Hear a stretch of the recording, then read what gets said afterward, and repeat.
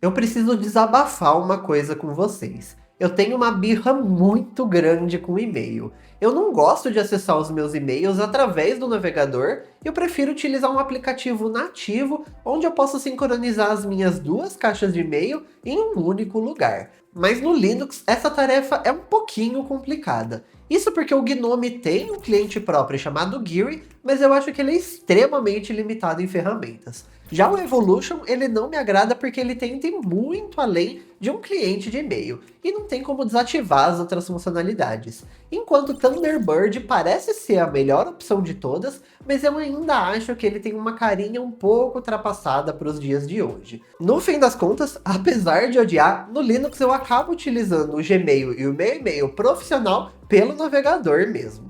Mas recentemente eu esbarrei em um cliente de e-mail pensado para Linux chamado Melia. E no vídeo de hoje eu vou testar junto com vocês para ver se realmente vale a pena. Bora lá?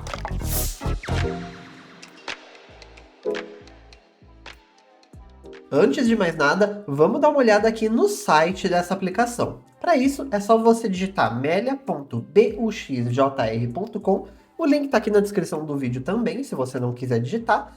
E aqui a gente consegue ver um pouquinho mais sobre essa aplicação. Esse aplicativo aqui, ele é feito pensado para Linux, então você vai achar várias maneiras de baixar essa aplicação aqui no Linux. A gente já vai dar uma olhadinha nisso, mas ele não é uma aplicação open source. Inclusive aqui tem uma versão grátis e uma versão paga, a gente também vai ver isso, qual a diferença dessas duas versões, mas fica aqui já o alerta, né, se você só quer utilizar aplicações de código aberto, essa aqui não é uma aplicação open source. Se a gente descer um pouquinho aqui nessa página, a gente consegue ver que tem basicamente um plano grátis e um plano de que é basicamente uma licença de $10. Então esse aqui não tem assinatura, você não vai precisar ficar pagando com frequência, a versão paga é $10 uma única vez e acabou. E a única diferença entre eles é que na versão grátis você só consegue colocar uma conta de e-mail e na versão paga você consegue colocar ilimitados. Então se você só tem uma única conta de e-mail, você só quer cadastrar uma única conta, o plano grátis é mais do que o suficiente. Se você quer colocar várias contas, você vai precisar pagar. E aqui ele fala que as duas versões têm todas as ferramentas, as duas versões têm suporte para update. A versão paga aqui você pode colocar em até 5 máquinas, então se você tem mais de um computador, você pode utilizar essa mesma licença para mais de um computador, então você não vai precisar ficar recomprando essa licença. Nenhum deles tem assinatura e nenhum deles tem limite de tempo. Então não é uma versão grátis, por exemplo, que é um trial. Você pode utilizar ela para sempre, só que só com uma conta.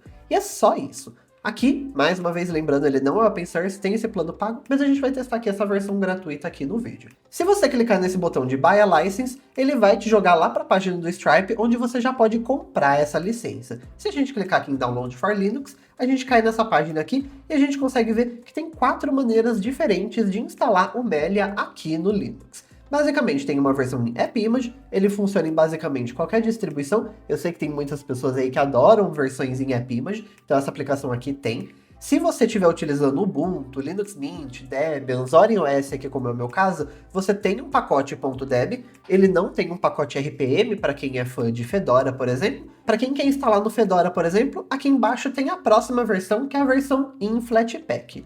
Aqui você pode ver que ele tem essa versão em Flatpak, mas ele não está no FlatHub. Então você não vai conseguir simplesmente entrar na loja de aplicação aí do seu sistema, pesquisar por Melia e sair instalando. Aqui você precisa baixar esse pacote .flatpak e aí você precisa instalar ele através do terminal. Mas aqui esse processo também não é difícil, a única questão é que ele não está lá no repositório do FlatHub, e por último, ele também tem uma versão em Snap, mas ele também não está lá na lojinha do Snap. Então você precisa baixar esse arquivo .snap e instalar via terminal. Aqui inclusive ele fala que tem esse traço dangerous aqui no comando do Snap, mas ele fala que essa flag é basicamente porque você está instalando de um arquivo local e não da Snap Store. Então aqui, vai do que você tiver mais confortável. Nesse vídeo aqui eu vou baixar o pacote .deb, já que eu estou utilizando o Zorin OS aqui, mas você tem essas 4 opções: AppImage, .deb, Flatpak e Snap. Então escolhe o que fizer mais sentido para você. A aplicação aqui é o mesmo, independente de qual versão. E se a gente continuar descendo aqui, ele fala que tem compatibilidade com diversas distribuições. Ele vai funcionar no Ubuntu, Fedora, Debian, Arch, Mint, Pop! OS, Manjaro, OpenSUSE, Elementary, Zorin OS, que é o nosso caso aqui, MX Linux, Endeavour OS, Solus, Nobara, KDE Neon e Deepin. Muito provavelmente ele vai rodar em muito mais distribuições do que essa aqui, mas aqui é só para mostrar que ele realmente roda em praticamente qualquer distribuição que você estiver utilizando aí.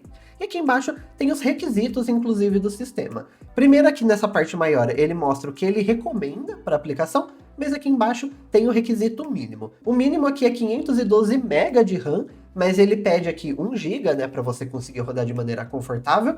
O mínimo é 200 MB de espaço em disco, mas ele pede 500 MB. E o mínimo aqui de resolução é 1280 por 720, mas ele pede aqui uma tela Full HD. Então, muito provavelmente o seu computador vai rodar. Computadores bem antigos já têm, né, um requisito mínimo que aguenta essa aplicação aqui. Então, com certeza você não vai ter esse problema, até porque aqui é um cliente de e-mail, então essas aplicações elas não são pesadas mesmo. Agora que eu já baixei o arquivo .deb, eu entrei aqui no meu gerenciador de arquivos, eu vou dar 2 cliques aqui nesse arquivo .deb, eu vou falar para ele executar aqui de qualquer forma, ele vai abrir aqui para mim a lojinha de aplicativos para eu poder instalar esse arquivo. É que ele fala, né, que é um arquivo local, ele puxa algumas informações do Melia, eu vou clicar aqui em instalar, digitar minha senha e é só esperar o processo de instalação. É claro, se você estiver instalando através de AppImage, Flatpak e Snap, esse processo vai mudar um pouco, mas se você estiver utilizando o .deb, é só dar 2 cliques nesse arquivo e pronto. E esse processo é exatamente o mesmo no Ubuntu, no Linux Mint, no Pop! OS, no Zorin OS, só vai mudar a lojinha aqui de aplicativos, porque nessas distribuições eles têm lojas diferentes, mas o processo é exatamente o mesmo. Agora que a gente já instalou aqui, a gente pode clicar em abrir e já começar a utilizar essa aplicação. Quando você abrir o Melia pela primeira vez, ele vai mostrar a licença aqui da aplicação, então ele exige que você role aqui por toda essa licença para você ler, né, ver o que você está aceitando aqui, e depois que você rolar completamente essa licença, aí sim você pode clicar que você concorda com tudo que está aqui. Se você concordar, é só clicar aqui e pronto, a gente já está no Melia aqui e a gente pode adicionar uma conta para poder começar a utilizar essa aplicação. Aqui no canto superior esquerdo tem essa opção aqui de Accounts, a gente pode clicar aqui no mais e a gente pode simplesmente começar a configurar aqui nosso cliente de e-mail. Aqui você pode preencher todas as informações de acordo com onde você estiver hospedando o seu e-mail. Aqui por padrão, no provedor ele coloca como manual, mas aqui tem várias outras opções. Você pode utilizar a Allmail, AT&T, Cox, DreamHost, Fastmail, Gmail, que é o que provavelmente a grande maioria das pessoas vai utilizar, iCloud Mail, Mail.ru, tem várias opções aqui, e obviamente se o seu e-mail não tiver por aqui, você pode utilizar essa opção de custom aqui, e a única coisa aqui que você vai precisar preencher os servidores de entrada, os servidores de saída. Aqui o recomendado é você pesquisar, de acordo, né, com o seu provedor de e-mail, quais são essas informações aqui. Todos eles têm uma página de ajuda ali mostrando essas informações, então joga ali no Google como configurar o e-mail Hostinger, como configurar o e-mail HostGator, como configurar o e-mail, independente aqui de qual for o seu provedor de e-mail, você vai encontrar essas informações e depois é só você preencher aqui e depois clicar em Add Account, que aí sim você vai colocar sua conta aqui certinho. E pronto, depois que você digitou todas essas informações aqui, você já consegue sair utilizando o seu e-mail aqui. Aqui ele já mostra a sua conta. Aqui no nosso caso, como a gente está utilizando a versão grátis, eu só consigo colocar uma conta. Então eu coloquei minha conta do Gmail. Aqui se eu quisesse colocar minha conta profissional, por exemplo, de trabalho, eu teria que pagar a licença, né, de $10 para poder colocar uma segunda conta. No caso eu só tenho duas, né, mas se eu quisesse colocar 5, 10 contas, eu poderia colocar aqui também. Isso ia ficar meio caótico, né, a quantidade de contas, a quantidade de e-mails, mas você pode colocar quantas contas você quiser. Inclusive o desenvolvedor já falou que esse valor de $10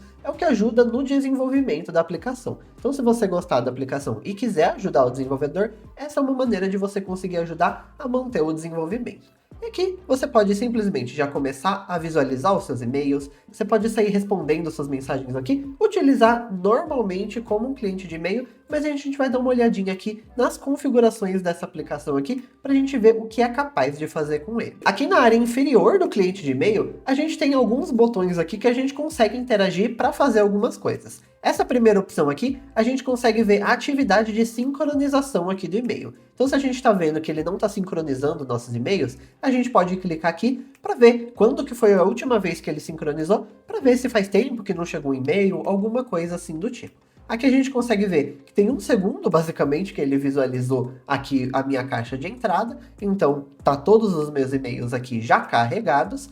E depois aqui do lado direito, a gente consegue mutar os sons. Então, se você recebe muito e-mail e você não quer receber nenhum tipo de som quando chega um e-mail novo, você consegue mutar aqui. E depois tem um botão aqui de modo escuro. Por padrão, ele fica naquele modo automático, que durante o dia ele está no modo claro e de noite ele vai ficar no modo escuro, mas se você quiser deixar sempre no modo claro, você consegue, e se você quiser deixar sempre no modo escuro, você também consegue. Aqui, no caso, eu vou deixar no modo automático, e depois aqui na parte de cima a gente tem mais alguns botões. Esse primeiro botão aqui é para você criar uma nova mensagem. Então, se você quiser escrever um novo e-mail, você consegue escrever aqui normalmente, você consegue preencher todas as informações, né, do destinatário, qual é o assunto do e-mail, você tem opções aqui de formatação. Então, normalmente, o que você espera de um cliente de e-mail, né, você tem essas opções por aqui. Fechando aqui, o próximo botão é um botão de busca avançada. Então, se você está procurando um e-mail específico, você consegue clicar aqui, você consegue pesquisar por uma mensagem específica, você consegue filtrar quais das contas que você está logado que você quer procurar por esse e-mail, se foi um e-mail enviado hoje, nos últimos 7 dias, 30 dias, 3 meses, no último ano, se é um e-mail mais antigo do que um ano, e você também consegue filtrar aqui para você pesquisar por essa palavra que você digitou, ou no assunto, ou em quem enviou, ou no corpo de e-mail. Você consegue filtrar aqui. Se você lembra que foi uma pessoa específica que te enviou, você consegue pesquisar por isso. Se você lembra que o assunto era algum assunto específico, mas você não lembra quem enviou ou o que estava no corpo de e-mail, você consegue selecionar aqui de acordo com o que você lembra e procurar melhor esse e-mail. Fechando aqui, o próximo botão é um botão de contatos. Aqui no meu caso eu não tenho nenhum contato vinculado com essa minha conta, então ele não tá aparecendo nada por aqui. Depois ele tem esse centro de confiança aqui, e você consegue ver quais são os e-mails que você bloqueou, quais são os e-mails que você colocou como confiáveis, qual é a atividade, e tem algumas configurações aqui também. Você pode, por exemplo, mover todos os e-mails que foram banidos para spam ou para lixeira direto, e você consegue filtrar algumas outras coisas por aqui também. Depois você tem esse botão aqui de monitor de conexão, que você consegue ver aqui as atividades recentes, né, aqui de conexão do seu e-mail. Depois a gente tem o botão de configurações. Então aqui a gente tem algumas configurações. A gente consegue definir aqui também qual é o tipo de tema que a gente vai utilizar, se é um tema automático, claro, escuro, qual é a densidade das informações aqui, se a gente quer que as informações elas fiquem confortáveis, se a gente quer que elas fiquem compactas. Então, se você tem uma tela pequena e você quer colocar mais informação, você pode colocar aqui nessa densidade compacta. Ou se você tiver uma tela grande e você quiser dar ainda mais espaço, você tem essa opção aqui de espaçosa. Depois você tem configurações aqui de composição, associações de arquivo. Você consegue exportar as configurações, inclusive. Se você já configurou tudo aqui do jeitinho que você quer, você pode exportar essa configuração e depois importar em um outro computador. Ou se você for formatar esse computador, você pode importar depois. Você tem algumas configurações aqui de leitura, de sincronização, de notificação. E você tem algumas informações aqui de licença e de atualização. Aí ele fala aqui, ó, que o Melia é grátis para uma conta de e-mail, e se você comprar uma licença, você consegue colocar aqui e ativar para você utilizar sem você precisar baixar uma outra versão, por exemplo. Aqui, inclusive, dentro dessa tela, você consegue ver exatamente que versão você está utilizando. Aqui ele fala que você está utilizando a versão .deb, e aqui você também tem um botão para você checar por atualizações, então você não precisa ficar entrando no site para ver se saiu uma atualização nova, por exemplo. Você consegue fazer tudo isso dentro do próprio app. Se a gente fechar aqui, a última opção que tem aqui na barra superior é os atalhos de teclado, que isso aqui eu sei que bastante gente que utiliza o e-mail todo dia gosta bastante, porque através desses atalhos de teclado aqui, você consegue utilizar o e-mail de maneira muito mais rápida, você consegue ir respondendo esses e-mails mais rápido, e arquivando o que você não quer mais, e apagando o que é for spam, por exemplo.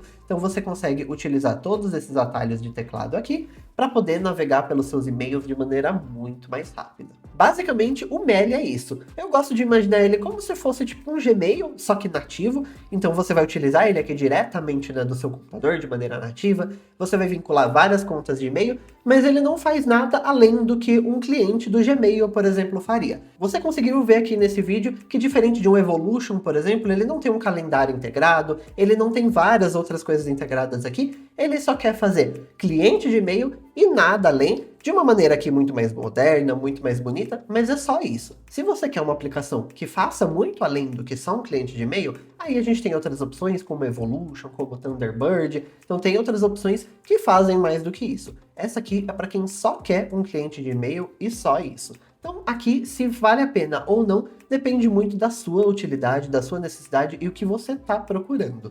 Mas como um cliente de e-mail, eu achei uma ótima opção para usuários de Linux, sim. Às vezes a gente também precisa acessar os nossos e-mails diretamente do celular. Nesse vídeo que está aparecendo aí na sua tela, eu recomendo 4 clientes de e-mail para Android e um deles deve atender às suas necessidades. Eu te vejo lá!